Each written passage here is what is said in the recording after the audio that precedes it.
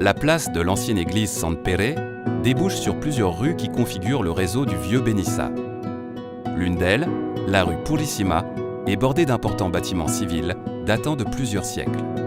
De grandes façades percées de balcons, de portes, de grilles et d'arcades nous dévoilent la splendeur d'une rue qui nous fait voyager dans le temps. Les exemples les plus représentatifs sont la Casa Palau dels Andrés et la Casa de Pere Bigot, deux édifices de la Renaissance construits au XVIe et XVIIe siècle, puis réformés pour s'unifier. Ils hébergent aujourd'hui le siège de l'Université d'Alicante, dont la mission est de programmer différentes activités culturelles et éducatives pendant l'année. Le blason familial indique l'entrée de la Casa Palau dels Andrés, qui nous emmène dans un espace architectural et décoratif, symbole d'un passé seigneurial. Sols, murs et cours ont été en grande partie rénovés pour conserver les traces du passé.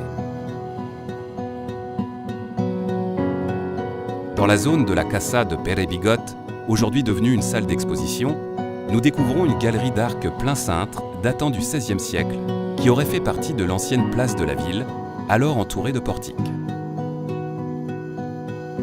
Le nom de Pere Bigot est intimement lié à l'histoire récente de Benissa.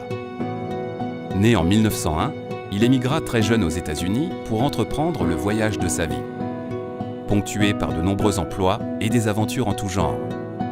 Il aurait été garde du corps du gangster Al Capone, membre d'un cirque dans lequel il luttait contre des poulpes et en tournée dans tout le pays pour son art de la tauromachie. Extraverti, entier et bon vivant, ce personnage attendrissant demeure dans la mémoire commune.